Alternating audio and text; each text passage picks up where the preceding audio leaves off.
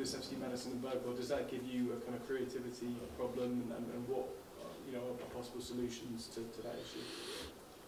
Yeah, look, it sort of gives you a little bit more of a challenge because they all sort of play in that area, and not exactly the same players, but like I said, they're all sort of the creative types in midfield and filled that role really well for us this year at different times. So yeah, just another challenge. But like I said, that's been a constant this year. We've always had to sort of try and find creative ways of covering the absences we've had, and we'll find a way to do that as well. In kind of different circumstances, I guess, if you lose 3 players in a similar position, you could think about a radical solution, a change of formation or something. Is it that feasible for a final, or is that just too much of a risk?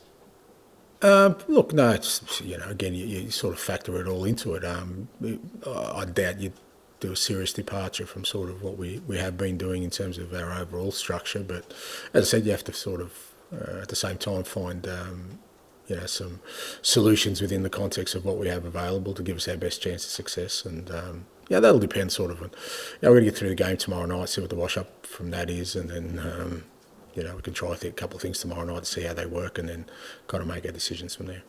Thanks, Tom.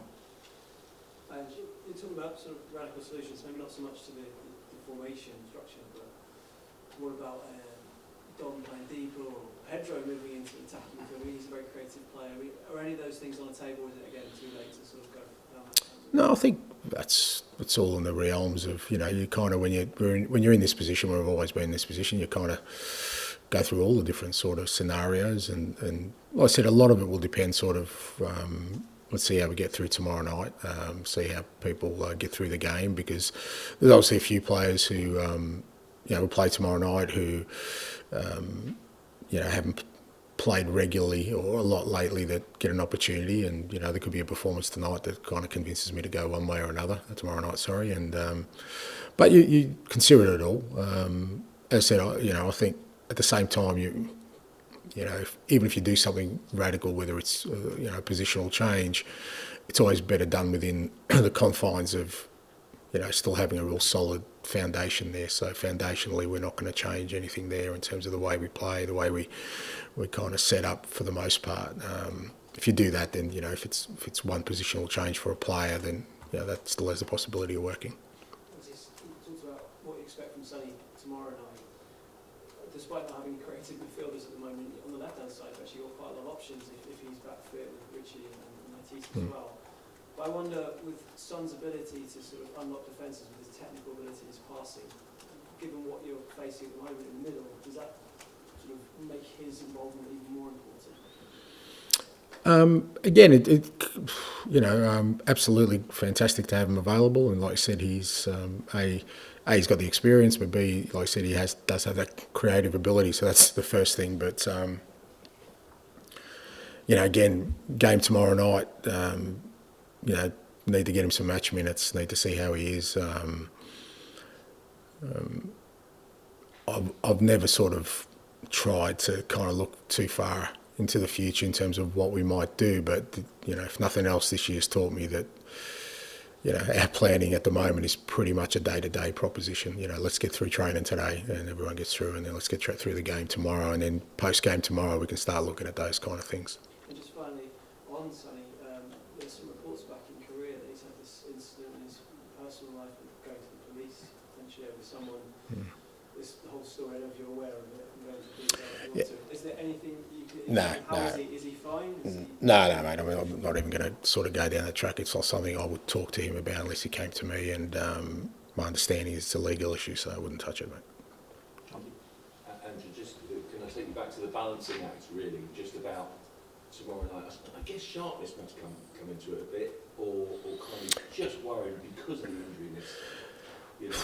Look, in a normal world, John, you kind of use tomorrow night as sharpening up, but we're not living in a normal world. That's the reality of our sort of existence at the moment, where we can't afford to lose another player to an injury. It's just too finely balanced for us at the moment with what's at stake in terms of, Villa are obviously going for Champions League football, and you see how important it is to them. we're doing the same. We're going. Just going back to Kula, I mean, that's the reminder, isn't it? That basically, if anyone needed it. Well, yeah, I mean, not that we needed it. We've had plenty of evidence for it, but and it also shows you that you can plan as much as you like. And like I said, the idea of playing sort of Pedro and Rodri and Decky last week for 45 minutes was that, Pedro's very resilient. He's played every game this year, so we're less concerned about him. Rodrigo's pretty resilient as well, and with him it was only going to be 45. And the same with Decky, but Decky was more that he hasn't played, so it made sense for him to have a game. And as I said, if it's kind of a muscle injury, then you question, did we do the right thing? But it's something that, he probably gets tackled like that, 20 times a season, nothing happens. So it seems to be that's our sort of lot at the moment, where we're just sort of, even with the best planning, still getting hit with these setbacks. And I think, from my perspective, I've got to take that into account when considering the game tomorrow night. John? Is it the concept of this integrity of the game, is it a completely fake thing? Managers should be able to do what they want, and you should do whatever team you want. Well, I'm not sure what people are talking about when they talk about the integrity of the game. I mean, I don't know what that means. Like I said, if we've certainly had put our teams this year that, because of our injury situation, were not sort of the strongest teams we needed to put out there, but we still had to play those games, and it's the same with other clubs. So I'm not really sure what the integrity. I mean, I don't even know why that question's been asked, to be honest, because if people think we're going to go out there tomorrow night and not give our absolute best to win a game of football, then I'm not really sure. I think that's the only time integrity gets questioned. I mean, when we played Man City last year and apparently I was in the wrong trying to win a game of football, that's where integrity comes into it, and that's why I was so strong on it. But I think when you put out a lineup out there, you're trying to win a game of football. But at the same time, every club has got its own interests. And you've got to prioritise what's important for your club. As I said, Champions League is very important for all those clubs fighting for it at the moment. I can see how important it is, and every game for them is crucial, and everything they do every decision is crucial. We're in exactly the same boat. We've got Champions League qualifications plus a trophy to win. It would be negligent of me if I wasn't doing the best thing for our football club to make sure we achieve that. Matt? Just on Decky, was it just a kick? Was it just a freakish? Yeah, just a freakish. I mean, it was just a collision between him and I think Mark Gay, where it wasn't even a foul, I don't think. But it looked like his knee hit sort of Mark's hip bone, and it's just, we've had a look at the vision, and it's just one of those inadvertent things, and it's just bad luck. On other things, you're going to tell me.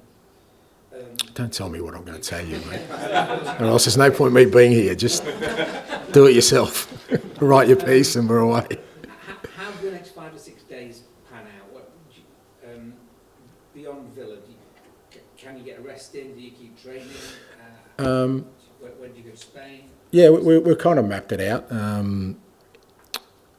But as I said, it's a bit of a day-to-day proposition. A lot will depend on sort of what I decide about tomorrow night and who plays and who doesn't, and then sort of making sure that the guys who don't, who potentially will be involved on Wednesday, we get some good training into them, because I think that's important. But our program at the moment is, all things being equal, we obviously do the Villa game tomorrow night.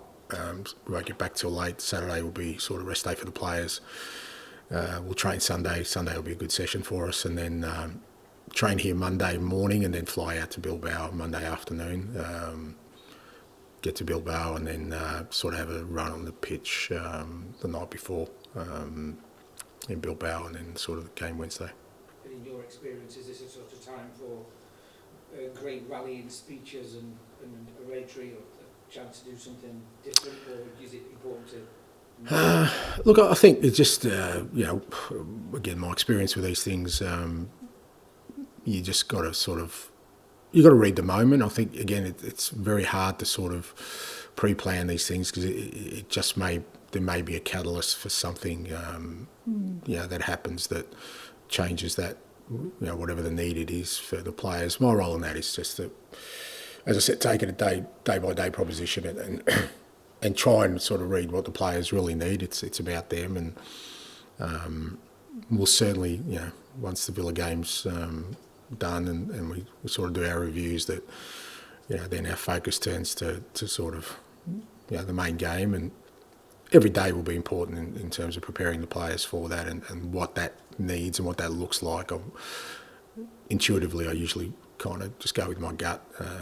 As we move along, there'll be a couple of things planned that we need to sort of make sure we do. And some of it's just sort of not isolating, but protecting the players, because there's a lot more demands. There already has been. We've had, you know, media all week, obviously, and more demands on players. I'm sure they're getting inundated with ticket requests and people. So a lot of it is sort of logistically as well, just to make sure that what we have around the players sort of insulates them from being taken away from what's important, and that's preparing for a big game. Thank you. Thank you.